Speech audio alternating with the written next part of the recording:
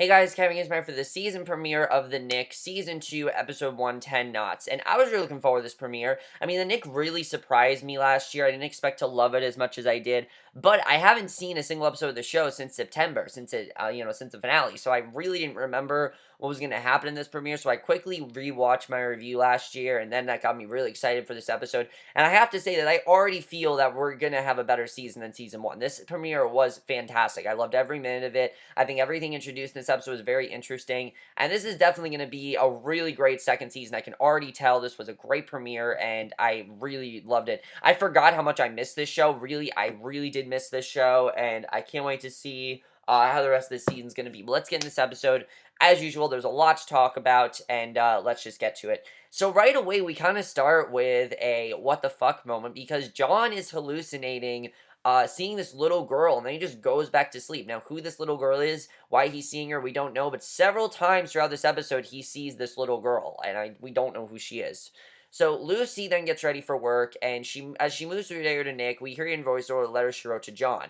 Now, this scene I thought was the perfect way to get us right back into the show, because there's no previously on the Nick, there's none of that. So it really is a way for us to get back into the show, get us, reintroduced to these characters, and basically let us know what the hell's going on, because it's been a while. So she says she doesn't even know if he's getting the letters, but she hopes so. She hates to think of him in that place alone, and she wishes she could visit. She says life goes on, but not for her, and without him, the days are so long without him, and basically she updates him on everything that's going on in the hospital.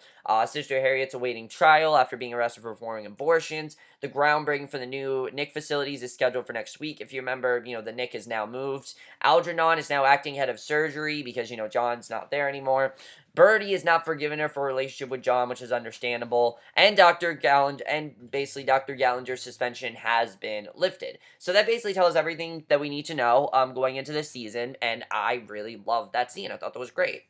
So John, meanwhile, is performing a nose job on a fellow female patient at Chromatire, and he's receiving several vials of heroin as payment, and he offers to perform further cosmetic surgeries on the patient in return for more of the drug, and you can just tell that John is still addicted to this drug. Heroin is not making a difference. He's still just as addicted, and the patient is refusing. And, he doesn't want him to, he's in no condition to really perform surgeries right now. You can tell that John is probably the worst we've ever seen him. He's no closer to recovery. He's just as bad, and it's sad to see, but that's exactly what's going on with John. He's just as bad as he was, unfortunately, and that's what happens there. So in San Francisco, as we know, Cornelia was forced to go to San Francisco with Philip, and basically we get a really interesting plot point with her in this episode. She's approached by Fang, who is a Chinese doctor of sorts, and he asks if she had any luck with the mayor's office, and she says they're more worried about the news spreading the disease, and she asks if there's any more cases, and he says there isn't. No food has gotten in there at all, so clearly there's some disease going on. There's no food they have, and she says she'll try to get the health department to speak to the police chief, because obviously they want food, they want to survive, and despite cops telling her not to get close because there's sickness in there, she says the plague is carried by rodents and fleas, and the wooden barriers are not keeping them inside. And I would agree with that. I mean, these wooden barriers, it's not really going to do anything. They're just wooden barriers, and it's not going to keep people from not getting infected. It's ridiculous. And she says Fang says there were no new cases, so there's no need for the quarantine, and you can tell that she's really, this is something that really is important to her, and she really wants to help them out here, and I definitely really like seeing that. I thought that was a really great scene, and I definitely like that. But then we get what I think is one of the saddest scenes of the episode. Already we get a really sad scene here, because Sister Harriet, I felt so bad for Sister Harriet in this episode. She didn't really do anything wrong, but this is a world where, this is a time period when this was considered wrong, what she was doing. She's visited by a former mentor who asks if she came all the way from Ohio to see her, and she says she wanted to and tells her she brought something, and it's a Bible. It's something, she gave it to her on the third day at the convent on the day she committed herself to God, and she always carries it with her when she travels. She was so proud of her, how far she had come.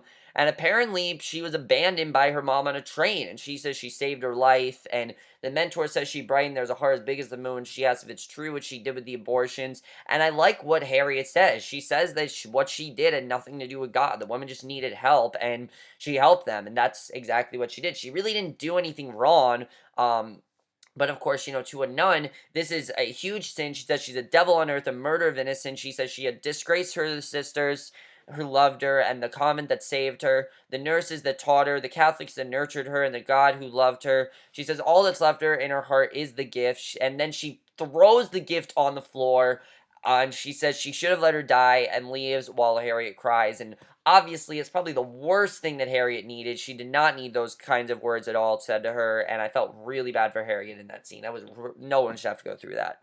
So Algernon, very interesting stuff with Algernon. Algernon, I said before, Algernon is probably my favorite character on the show, and this episode just makes him even more my favorite character. I mean, what he has to go through in this episode is incredible. And whoever plays Algernon, I don't know the actor's name, but he was incredible just in this first episode. He was amazing. He has his eye examined by a doctor who asked him how his peripheral vision is, and I knew that he gets something examined because, of course, he was in that really ferocious street fight in the previous, in the finale, and he says he has some issues, and the doctor gives him something to put over his right eye, and when he looks at the dots, he says they were very wavy on the left and better on the right, and the doctor asks if he had any blows to the eye recently, and he says he is, and he basically learns that he has a detached retina in his left eye, which is an injury from one of his street fights, and, he keeps asking the doctor, is there any cure, but is told all the procedures are experimental and too dangerous to try, but he does tell him that it could heal on its own, or it could get worse, but any other fights could make it worse, so Algernon really is faced with this problem now, because, obviously he needs to see, and he doesn't even know if he's going to heal. So obviously this is something that he didn't think was going to happen, and I felt really bad for Algernon, and that was definitely uh, pretty interesting that we found that out. So Gallinger assists his wife Eleanor. As we know, Eleanor has no teeth at the moment. She can't really eat. She selects teeth to create a set of dentures, and Gallinger's sister-in-law Dorothy has come to stay with the couple to help with Eleanor's recovery, both from the death of her baby girl and from her time in the insane asylum. And you can tell that Eleanor, she wants these dentures right away. She wants it to happen, and I really like that.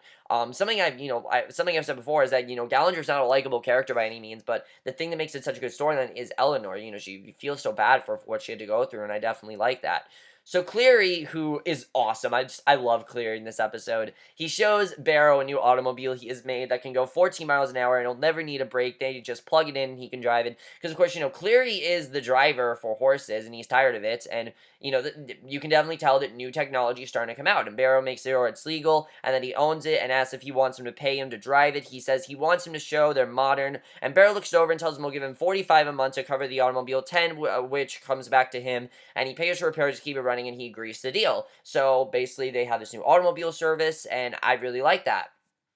So struggling to see during surgery, Algernon has Bertie do most of the work and basically has him take over since he knows what he's doing. It's just very hard for Algernon to perform the surgery because he can't really see very well, and he doesn't want to, make a mistake here. So Algernon then sees that Gallinger is back, and he asks how things are at home, and he says he's ready to resume his duties back at the Knick, and Algernon says he would be useful, but if he comes back, I like Algernon's conditions. I think these are perfectly fair. He's to listen to him, respect him, and he says he'll come, and basically, Gallinger, you can tell, does not want anything to do with Algernon. He says he'll come back when the chief of surgery returns, and Algernon says he is the chief. He plans on being the chief, and he intends on making the position permanent, which Gallinger says if he thinks the hospital will go along with that, then he's as dumb as he thinks he is, and obviously you can tell that Gallinger has not changed his ways. He's still just as racist as he was, and basically we still have that conflict, which I really do like. This conflict between Algernon and Gallinger was one of the most interesting things of last year, and it definitely is going to continue this year.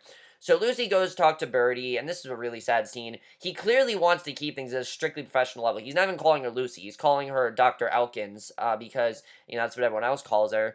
And she says he doesn't have to be mean since he's not normally, and she says she knows she says she's there because it's his birthday tomorrow, and she always likes to get presents early because it makes the day go longer, and she gives him a present and asks if he's going to open it, and it's a gold pin, and he doesn't want to accept it because, one, he knows it costs a lot, plus he's not really happy with her right now, so he refused to accept it, and he's not all happy about this gift at all. He didn't even really seem to want it, so basically he just turns it down.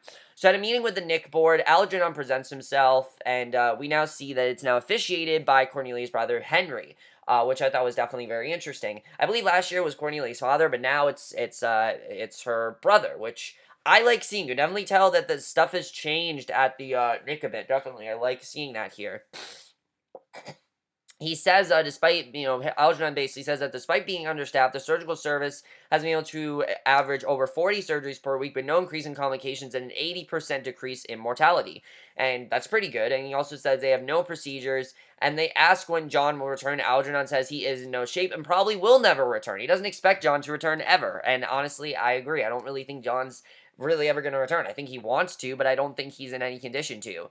So he says if that's the case, he wants to nominate himself as an official candidate for chief of surgery, and he also asks for additional surgical hands. And basically, Barrow tells the board right away that, and Barrow has that way of getting into people's ears, and he tells them that he is the perfect man to add to the staff as the fourth surgeon, a general practitioner, Dr. William Mays. However, Algernon feels very betrayed by Barrow because Barrow never discussed this with him, which, yeah, Barrow probably should have. He can't just hire someone and not discuss it with everyone else. But, Barrow is always very sneaky like that. And he also adds how he does not feel Mays is up to the surgical standards of the hospital. And Henry basically, you can tell that though it's Barrow's word against his, and Henry even says he knows he's not about the meeting, he's hot about the meeting, and he doesn't blame him. And Algernon feels like he's waiting in the hall like a child outside the principal's office, and then for Barrow to go behind his back, and he said, he would never do that to John. And Henry says that he's not John, he will never be John. He says he knows and I really like this scene between Henry and Algernon. You can tell that Henry really understands Algernon and really wants to help him. He says he knows he's absolutely qualified, but they have to move carefully, and the board doesn't want to make the change that they want, and assures him they'll get him what he wants, but they just have to convince everyone else. This is still, there's still, racism is still out there. There's still racist till Algernon. They're still trying to adjust to him being there, and now him being chief of surgery is just going a bit too fast for them, and I think that's definitely very interesting, what we saw there, and I definitely really liked seeing that. That was definitely very interesting what they did with that, and I think it's going to be a very interesting plot point. So Cornelia returns home. She takes a pair of earrings. Philip catches her, and she says she needs to run into an errand and needs help a friend. He's getting a little suspicious of her, and she promises him she'll make it on time for the opera. And Lucy that gives Spate and Barrow patient files, including the ones that died. And obviously, Spate is still going around this, typhoid fever case, trying to figure out what's going on there. And I like seeing that. So Cornelia then sells the earrings for food supply. She pays the police guard. They lure her through the barricade with the newly purchased provisions, and everyone is just going nuts. They're so happy to see all this food come back. It's a really sweet scene. You see how much, they had no faith in Cornelia whatsoever, but you can see how much she's made a difference here. It's a really great scene. I really like seeing all the patients really excited to have this food again. It's something they haven't had, and they're very excited to have it, and I definitely like seeing that. So, learning that he will have to work under Algernon upon his return to the Knick, Gallinger seeks out John to bring him back to responsibility at the hospital, but John doesn't want to go back. In fact, he only seems to care about medication. He says, look, just tell the hospital about medication, and he sees how unimproved he is. He's the same exact way he is a chromatier, and he doesn't seem to be getting any better, really. He just seems to be begging for more medication, and Gallagher can see that he hasn't made any improvement, which is crazy. So back at home, Philip announces a surprise visitor, and it's his father, Hobart Showalter. And basically, he's now come back because he actually wants to bring the couple back to New York because he doesn't think that Cornelia is happy there. He doesn't think that she is someone that should be in San Francisco. That's a huge change for her, that she's been in New York her whole life. She shouldn't have to move, and she's already going back to New York. And I know some people say, oh, that's fast-paced, but it makes sense. She never really wanted to go to California, and especially because I know we're going to get back into the whole Cornelia Algernon thing if she goes back there. She is definitely going back to New York, and I thought that was definitely very interesting that right away she's already going back there. So, and Philip's completely okay with it. You can tell he's okay with it, and I definitely thought that was very interesting. Which, Philip obviously wanted to keep her there, but Philip cares about her so much that he really doesn't care where they go, and I like seeing that with Philip. I think Philip really is a great guy for Cornelia. Problem is, she doesn't really love him. She loves Algernon. That's who she wants to be with, and we've seen that. So, yeah. So Barrow asks Lucy if she has contacted John since he escaped the hospital, and she doesn't know and basically she doesn't know, where he is or how he escaped the hospital. What they don't know is that Gallinger has actually abducted John and sequestered him on a sailboat to suffer through withdrawal symptoms. And I thought this was very interesting what Gallinger did. This isn't exactly Gallinger's place to do that, though. It seems like Gallinger is just going a bit too far into things, and definitely this wasn't exactly something that he was supposed to do, but I definitely like seeing that. So Cleary then pays Harry to visit in prison, and he expects to have some money coming his way, both from a wrestler he's managing and from a deal he's broked with Barrow on a new motorized ambulance. And wrestler he's managing.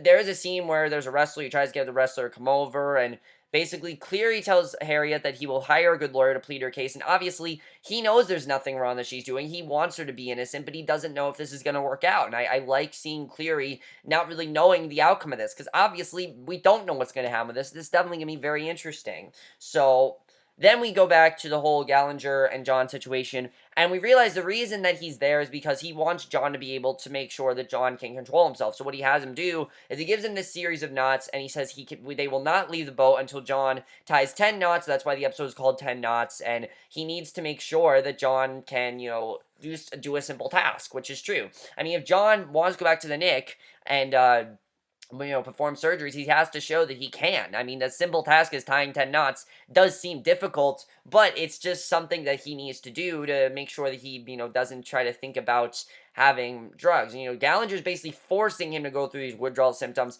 It's actually very hard to watch, but I definitely like seeing that. I mean, just seeing Gallinger go these extreme measures really shows how insane Gallinger really is, and I thought that was definitely very interesting. So Barrow meets with Ping Wu, and they agree to have prostitutes at the Knick for examination. And Ping Wu says that and they also talk about how, Barrow's happy with Ping Wu and that he does things much different than Bunky did, and he doesn't really trust Bunky. I believe Bunky died in the finale, if I'm not certain. I think he did. I don't remember, guys. It's been a while since I saw the finale.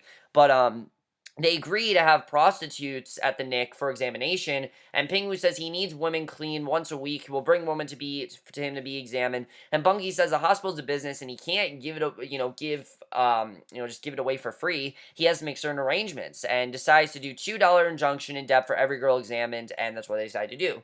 So Cleary watches two men wrestle at his fight club, gestures for the wearer to come over. He clearly is going to try to negotiate some kind of deal with him. We don't know what it's going to be, but it definitely is connected to what's going on with Harriet.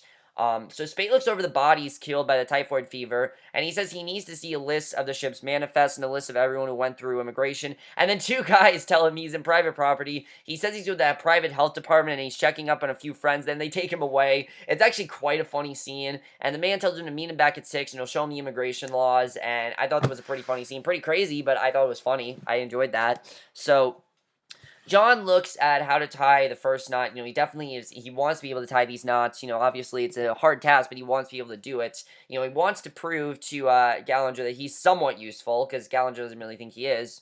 And Algernon puts eye drops in his retina. Bertie comes in asking for an update on Gallinger, and Algernon says he's used up his last chance with him, and Bertie says he had little hope he would take orders with him, and asks who will be assisting him in the surgery. And he says that he will put Maze with him, and not him since it's a simple procedure. He wants Maze to show his cards, and plus, he doesn't want to admit to the hospital that he has this eye problem. He doesn't want to admit that he's fighting all these people and how he got it. You can tell that Algernon's obviously ashamed about it. This is something he's gonna have to tell them eventually, though, because the more he doesn't do these surgeries, the less likely he is to become the chief of surgeon. Obviously, if he wants to become the chief, he has to be honest with them, and it doesn't seem like he is right now. So we'll have to see what happens with that. But basically, Maze says he's well acquainted with Bertie's father, and Maze is struggling, definitely, in the surgery. You can tell that Bertie is doing what he can, but Maze is really struggling. He may not be as good as Barrow said. In fact, I kind of feel like Barrow's trying to screw them over. I think Barrow has a different agenda with Maze. We don't really know what it is yet, but I definitely feel like some more is going on with that, and we'll have to see. So, John starts to tie the first knot. Standing alongside the mayor, the board members, and Algernon pose for a picture at the Knick groundbreaking ceremony, and Henry tries to drum up more money for the hospital's construction, and he also sees that Cornelia has returned, and she says she will never leave the city again, and when Algernon's surprised, he is as shocked as ever. Barrow tells Henry that the mayor wants to speak with him, and Philip goes to find Cornelia, and he says the apartment isn't ready. His father assured it would be, but it's not, so they're going to stay with his parents, and he says it will be 4 to 5 months at the most, and he seems excited, but Cornelia's obviously not, because one, her father, of course, is basically in love with her. He's tried to seduce her, and plus, she obviously doesn't want to wait so long. You can tell she doesn't want to. So Barrow gets everyone ready to take the picture, tells them that to give the picture all they've got. They tell Algernon to join them, learns from a friend that there's an opening for investors in the development of a new underground subway station. And what they're going to do with this underground subway station, we don't know, but they take the picture, and that's what happens there. And the ending of this episode was very interesting. I don't exactly know where this ending is going to go. This is definitely something that I'm very interested in seeing what they do with this, because this could be very interesting. Because on the ship, John talks to Gallinger, and he tells Gallinger he had a revelation that if he was up against a medical problem, he would find a cure to stop the disease. And if he uses his desire for drugs, not as a craving, but a sickness, that means there must be a cure, which there is a way to, it's called rehab, but I don't know if they had rehabilitation centers back then. And if there is, he's going to find it, and he shows him he has tied the 10th knot, tells him to get ready to go home, and once again sees a vision of the little girl, and that's how the episode ends. So he's going to now try to find a cure. That's going to be very interesting. But let's talk about John's condition. I don't know if John's going to be able to help himself. I think John is just so addicted that while it seems like he's better, I don't think John is better. I think he wants to find a cure. He wants to do something. But I think he's just that addicted that I don't know if this is really going to work out. I hope it does for his sake, but we'll have to see what happens there, because I really don't know if this is going to work for John. We'll have to see. Who is this little girl that he's seeing? He keeps seeing this little girl. What is the connection with her? We'll have to see what happens with that. What's going to happen with Gallinger? Obviously, Gallinger wants to come back to the Knick, so obviously Gallinger's going to try to approach him about that. I really feel him come back to the Knick, though, is going to be a horrible thing, because he's in no condition to go back to the Knick still. I don't think John's in any condition. I think while John feels he's cured, and while he feels like he's better, I still feel John's going to have that same addiction problem, and things are going to end up really bad for them, definitely. Let's talk about Algernon. Algernon's in a very tough position right now. Obviously, he wants to be chief of surgeon, but he can't tell them exactly what's been going on with his eye, why his eye is acting up, and what's been going on there. That's going to be very interesting to see if he does tell them what's going on there, and if he does do that. And is he going to be able to be chief of surgeon? I mean, the rest of the board didn't seem that okay with it, so we'll have to see what happens with that. And of course, him giving Bertie all the surgeries, I'm sure Bertie enjoys it, but Bertie eventually is going to be like, what's going on, man? Like, what are you doing here? And he's going to get really pissed at him, probably, and I definitely see some tension between Bertie and Algernon. I definitely already see it going on there. Cornelia. I like seeing Cornelia help these patients, help the people with this fever and everything. But what's going to happen with her and Philip? Obviously, she doesn't want to be... You can tell she still does not really want to be with Philip. She's only with Philip because she can't be with Algernon. And that's going to be very interesting to see what happens with that. Sorry, my mom's yelling at the phone is ringing. But basically... I think it's going to be very interesting to see what happens with that. And also, Maze. There's clearly something more going on with Maze. Barrow seems to trust him, but I really feel Barrow has a darker agenda than we think, and we'll have to see what's going on with that. And what is Henry now going to do about this underground subway system? He seems really interested in it, and we'll have to see what he does with that. I think it's just Henry's way of getting people to respect people more. He obviously wants Algernon to be respected, and I really like seeing that. I think that definitely is going to be a very interesting storyline to see what they do with that. Barrow's whole thing with Ping Wu. Is the hospital going to agree to this? Of course, Barrow seems to do things without the hospital's approval, so this wouldn't surprise me if he just does it without them even without even consulting them, but they need to agree to what's going on, obviously. They can't just say, he can't just say, oh, look, I have an opening here, and I want some prostitutes at the Knick and everything. He can't do that. He needs to be straight up with them, and he needs to tell them the truth, and I don't know if he's going to. We'll have to see if he does. What is Cleary going to do with this wrestler? Clearly, he is going to try to help this wrestler into, with Harry, definitely. He's going to try to get Harriet the necessary money he can so we can get her a good lawyer, because obviously she isn't really doing anything wrong. I mean, it was sad with the nun, but that's kind of how nuns look at, even today, if someone were to get an abortion, that's still how nuns would look at them, because to them it's a sin. I think that was definitely very interesting, and I really like that, and we'll have to see what happens with Harriet. I felt really bad for her, and I hope things do get better with her. We'll have to see. Lucy and Bertie, I hope they make amends. I want to say that I hope they do. I don't think anything will ever be the same between them, but I hope at least they do come to an agreement where they're like, okay, look, I don't really like you very much, but I know we have to work to a professional level, and if Bertie can just listen to her and just try to talk to her, then I'd really appreciate that. What's going on with Spate? Why was Spate taken? I'm not really sure. I thought that was pretty funny, actually, and I don't really know why he was taken. I guess we'll have to find out in, next week's episode. Why he was taken exactly, we'll have to see what happens with that. That's going to be very interesting, I guess. But overall, guys, I thought this was a fantastic premiere. I absolutely loved this premiere. I forgot how much I missed this show. This really was a great season premiere. I can't wait to see how the rest of this season is going to be. Let me know what you guys thought of this premiere. I thought this was fantastic. I absolutely loved it. Also, is Gallinger going to be able to work at the hospital again? Are they going to listen to him? I mean, if John comes back, he's probably going to appoint Gallinger to come back, and he'll probably get rid of Maze as well. We'll have to see what happens with that. And Barrow will probably be a lot more like, oh, I'm sorry. He'll probably just be a lot more open to John, and while he's just clearly not with Algernon, I don't think he likes Algernon very much, doesn't respect him very much, because Algernon hasn't been there nearly as long as John has. Obviously, John had that, bond with Christensen, so there was that. And Algernon's only been there for a few months now, I think is how long this is supposed to be going. And he definitely time has passed, but still, Algernon's only been there for like a year. So obviously, they're still trying to trust him, which is understandable. I think any surgeon was like that, but he just wants to be respected. Plus, there's a whole racism thing going on with Gallinger, so there's a lot going on with Algernon. I'm really loving where this season is going. I like how everyone really is having their own thing. We'll have to see what happens with that. And also, Lucy and John. If John comes back, how is his first interaction with Lucy? Because Lucy obviously really does want to see John. I don't think it's good for her to see John, though, because I just don't feel John's a good influence to Lucy, and I don't think things are going to be good between them. I think that's another reason why Bertie's mad at her, because he doesn't think they should even be together. But we'll have to see what happens with that. But that is my review. Hope you enjoyed it. Absolutely love this premiere, and I will see you guys. Let me know what you guys saw this premiere, and I will see you guys in my next video, which will be for tonight's episode of Girl Meets World, and I will see you guys for that. Okay, bye.